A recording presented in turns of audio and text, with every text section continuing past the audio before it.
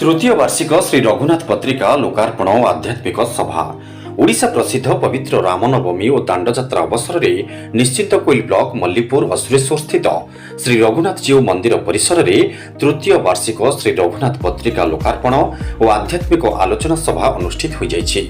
पत्रिकार संपादक परिवेशविद प्रमोद कुमार दास संयोजना क्रमे उक्त कार्यक्रम में शिक्षाविद विरूपाक्ष राय अध्यक्षता करथिले।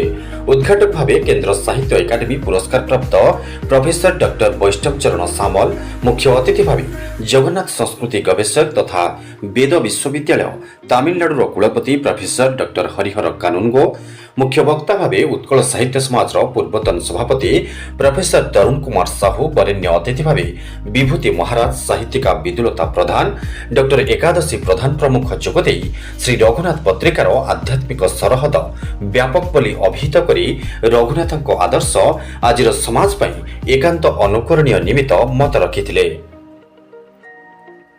पत्रिकार मुख्य संपादक रंजन कुमार साहू संपादकीय विवरणी पाठ करथिले। प्रारंभ में रघुनाथ पाखरे पत्रिकार पूजन पर सभारे अतिथि मानक द्वारा लोकार्पण होइतिला। कार्यक्रम परिचालन में अध्यापक प्रशांत कुमार पंडा, प्रकृति बंधु निरंजन साहू, स्तंभकार विवेकानंद दास, साहित्यिका प्रतिभा दास, कवि प्रफुल्ल सिंह, संगठिका सविता सतपथी, शिशु कवि प्रफुल्ल कुमार साहू, सुशांत कुमार नायक, ज्ञानेन्द्र कुमार राउत, युव संगठक विक्रम केसरी नाथ, निर्वाण प्रतिनिधि विजय कुंवर, आशीष कुमार साहू प्रमुख सहयोग करथिले। एही अवसर में सांस्कृतिक कार्यक्रम परिवेषण करा जायतिला।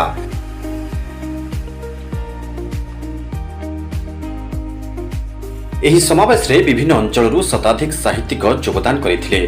शेष रे उपदेष्टा देवव्रत पंडा धन्यवाद अर्पण करथिले। महिमा धर्म गवेषक आज मो विशेष भाव में आलादित ये पवित्र पीठ रघुनाथ जी पीठ रे ये जो रघुनाथ श्री रघुनाथ पत्रिका उन्मोचन होती।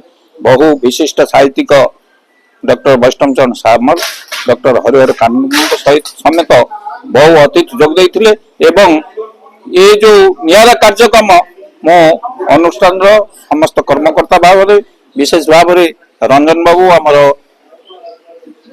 सार को कृतज्ञता जनइबी। जहा हो ये गोटे ओडिशार अन्य आध्यात्मिक पत्रिका तार सर्वांग शुभकामना करने सहित पत्रिकाटी समस्त आध्यात्मिक पत्रिकाटी समस्त द्वारा आप्यायित हो, समस्ते भल पातु एवं समस्ते भल था एवं रघुनाथ को समस्ते आध्यात्मिक भाव में धरी सर्व सुखर मनासंतु एति प्रभु पाखे प्रार्थना। मो सुभद्रा महता महाविद्यालय प्राक्तन अध्यक्ष विरूपाक्ष राय। आज श्री रघुनाथ पत्रिकार तृतीय संस्करण लोकार्पित होइछि। यह रंजन कुमार साहू पिता स्वर्गत सीताराम साहू स्वप्न थिला। सुपुत्र भाव से स्वप्न को साकार करिसंते एवं आज उत्सव अति आनंद मुखर होइछि एवं समस्त से कृतज्ञता ज्ञापन करुछि। रंजन कुमार साहू मो श्री रघुनाथर मुख्य संपादक अच्छी। आज पवित्र दिन रे श्री रघुनाथ पीठ रे आज तृतीय संस्करण श्री रघुनाथ पत्रिका तृतीय संस्करण उन्मोचित हो जाइछि।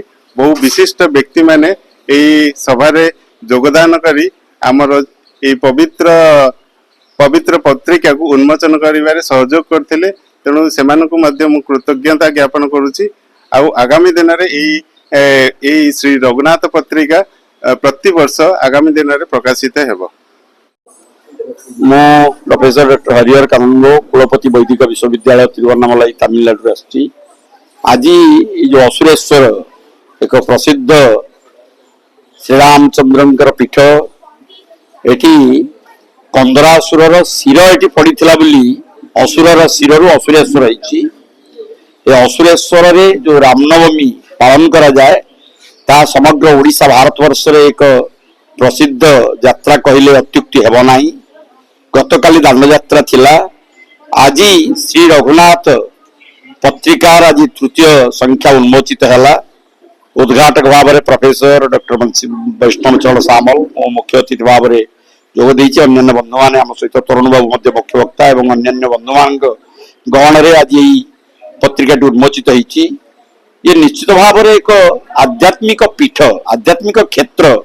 ये आध्यात्मिक क्षेत्र रे मनीषर आध्यात्मिकता परिप्रकाश हवा दरकार मानविक मूल्यबोध मनीष पणिया प्रकाशित हवा दरकार मानव अर्थात जे माने से होची मानव जे मन हुए से मनीष जे मन हुए नहीं कि माने नहीं से होची दानव तेणु ये कली जुगरे अहंकारी सर्वस्व मनीष बा अहंकार सर्वस्व मनीष एते परिमाण रे बढ़ी गलेनी वर्तमान साहित्य संस्कृति धीरे धीरे लोप पाई बसलानी राशि राशि साहित्य लेखा जाउची किंतु से साहित्यर प्रभाव समाज उपरे पड़ी पारु नाही समाज को परिवर्तन करि पारु नाही सेति दायी किए ये ज्ञान मा भितर सृष्टि होगा दरकार कारण वर्तमान साहित्य समाज को परिवर्तन करबा पई लेखा होगा दरकार जो साहित्य समाज को परिवर्तन करि पारे ताही होची कालजयी साहित्य अतीत जो साहित्य लेखा जाउतला काव्य कविता उपन्यास गल्प नाटक ता इते परिमाण रे समाज को उद्बुद्ध करूतला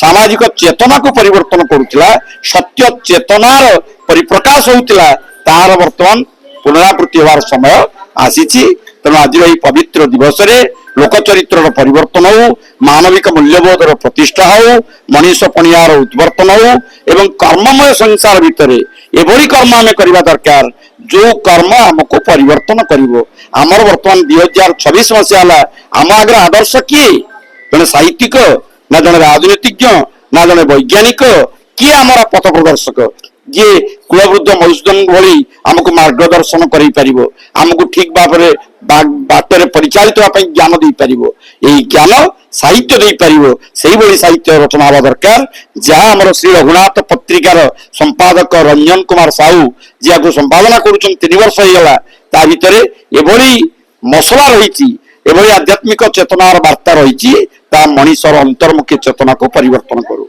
धन्यवाद वंदे उत्कल जननी जय श्री राम निश्चिंत कोइल रो विजय कुवरंक रिपोर्ट निर्माण लाइव।